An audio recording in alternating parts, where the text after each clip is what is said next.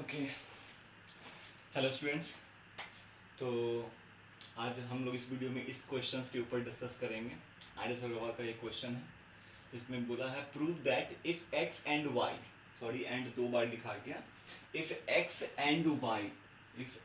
And Y are both odd positive integers then X square plus Y square is even but not divisible by 4। ये इस question को हम लोग को prove करना है, ठीक है। बताना है कि कैसे कैसे दो ऑड नंबर्स के स्क्वायर का सम दो से डिविजिबल होगा। इवन का मतलब दो से डिविजिबल, इवन का मतलब दो से डिविजिबल, लेकिन चार से डिविजिबल नहीं होगा, है ना। और ये बात कुछ हद तक सही भी लग रही होगी।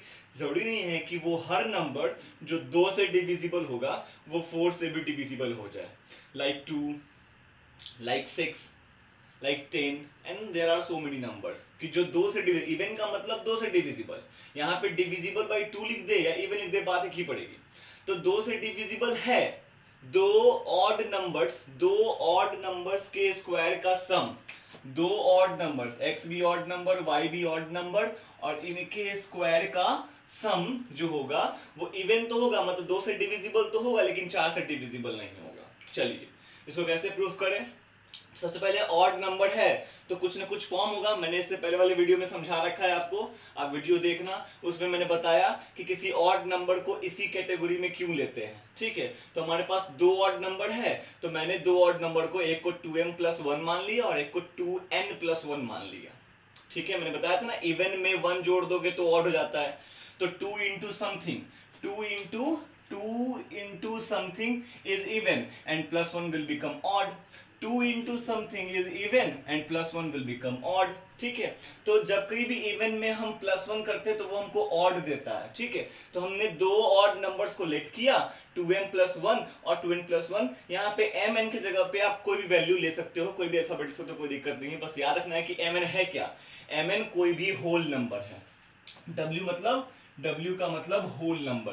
Whole number means 0 1 2 3 4 5 6 7 8 9 10 11 12 up to सोन, जहां का नाम आ जाओ, लेकिन होल नंबर है। m और n कोई भी होल नंबर आप पिक करो, है ना, रखो, आपको दो ऑड नंबर ही मिलेंगे। चलिए अब क्वेश्चन जो कहा वो कर लेते हैं। क्वेश्चन क्या कहा, क्वेश्चन ने कहा कि भाई दोनों ही ऑड नंबर्स का स्क्वायर कीजिए, उसका सम कीजिए। तो x माना 2m+1 उसका स्क्वायर किया, y माना 2n+1 उसका स्क्वायर किया, दोनों का सम, है ना। क्लास 9th 8 में पढ़ चुके हो, a प्लस बी का whole square, a plus B का whole square, a plus B whole square क्या होगा, a square plus B square plus 2ab, समझ रहे ना। 2m का स्क्वायर, 2m का होल स्क्वायर तो 4m स्क्वायर हो जाएगा, 1 का स्क्वायर 1 ही रह जाएगा, और 2ab, 2 into a into b, 2 into फॉर्मूले का 2 into a into b, 2 2 4 into 1 4 हो जाएगा और m का m रह जाएगा। कुछ इस तरीके से अगला वाला भी a square plus B square, A square plus B square और प्लस 2ab के फॉर्म में चला गया।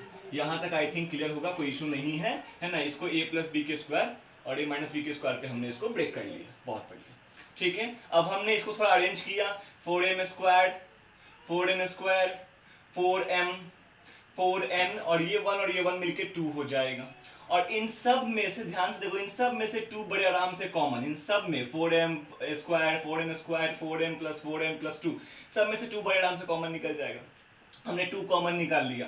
कॉमन निकालने का मतलब ये इंटू में आ गया, कॉमन तो इंटू में ही आता है ना, ठीक है। तो कॉमन निकला तो इंटू में आ गया, और जैसे ही 2 इंटू में आ गया, मैंने बता रखा है इससे पहले वाले वीडियो में कि किसी भी नंबर को आपने तोड़ा, फैक्टराइज किया, तो जो भी नंबर, है ना, फैक्टराइज करने के बाद आप इनटू में ही लिखते हो, लाइक इसको 2 इंटू 6 लिखा, तो जो भी इनटू में नंबर अटैच होता है वो दोनों ही नंबर उस पर्टिकुलर नंबर को काट रहा होता है, ठीक है। मतलब इन दोनों ही नंबर से पर्टिकुलर नंबर डिवाइड हो रहा होता है।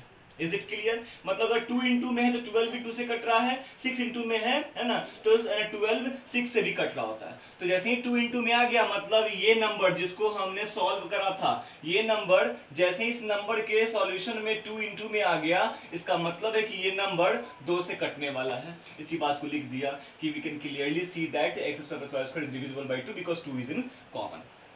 चलिए ये तो बात, पहली बात तो प्रूव हो गई, इवन वाली बात प्रूव हो गई। अब जब आते हैं कि अगर 2 से कट रहा है तो 4 से क्यों नहीं कटेगा, जब उसको समझते हैं। कुछ नहीं किया है ना। जैसा कि X square plus Y square हम लोग ऑलरेडी ये निकाल चुके हैं, ये ऑलरेडी हम लोग निकाल चुके हैं। x square plus y square 4m square 4m square 4m 4n and 2 सब प्लस में। अब इसमें क्या सब में से 2 कॉमन निकाला था, लेकिन ध्यान से हम इसमें ये भी तो कर सकते हैं कि इन चारों में से हम 4 कॉमन निकाल लें। देखो मैंने, है ना, मैंने वही किया, इन 4 में से 4 कॉमन निकाला और वो +2 जैसे है वैसे रहा। और जैसे ही ये इस फॉर्म को पकड़ा तो यहाँ पे यूक्लिड डिवीजन लेमा को अप्लाई किया। यूक्लिड डिवीजन लेमा क्या कहता है, dividend, this is dividend is equal to divisor into quotient, this is our quotient और प्लस में रिमाइंडर।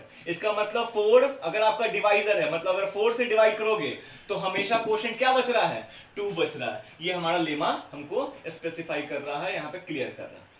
इसका मतलब बहुत साफ हो गया कि यूक्लिड डिवीजन लेमा को अगर देखेंगे तो ये हमारा डिविडेंड जो है वो 4 से डिवाइड होने के बाद भी रिमाइंडर दे रहा है, मतलब 4 से डिविजिबल नहीं हो पाया। जैसे ही रिमाइंडर कुछ बच गया, 0 के अलावा कुछ ही बच गया, इसका मतलब वो से डिविजिबल नहीं है। ठीक है, तो हमने कहा कि x square plus y square even तो है, 2 से तो कट रहा था लेकिन 4 से नहीं कट रहा। क्यों? क्योंकि जब 4 से कट रहा है तो वहां पे रिमाइंडर के रूप में हमको 2 अवेलेबल दिख रहा है ना। सो x square plus y square कभी भी, है ना, इवन तो होगा बट 4 से डिविजिबल नहीं होगा। कब? जब दोनों के दोनों ऑड पॉजिटिव इंटीजर होते हैं।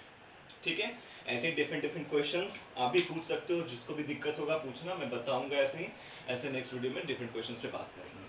थैंक यू सो मच, पढ़ते रहिए।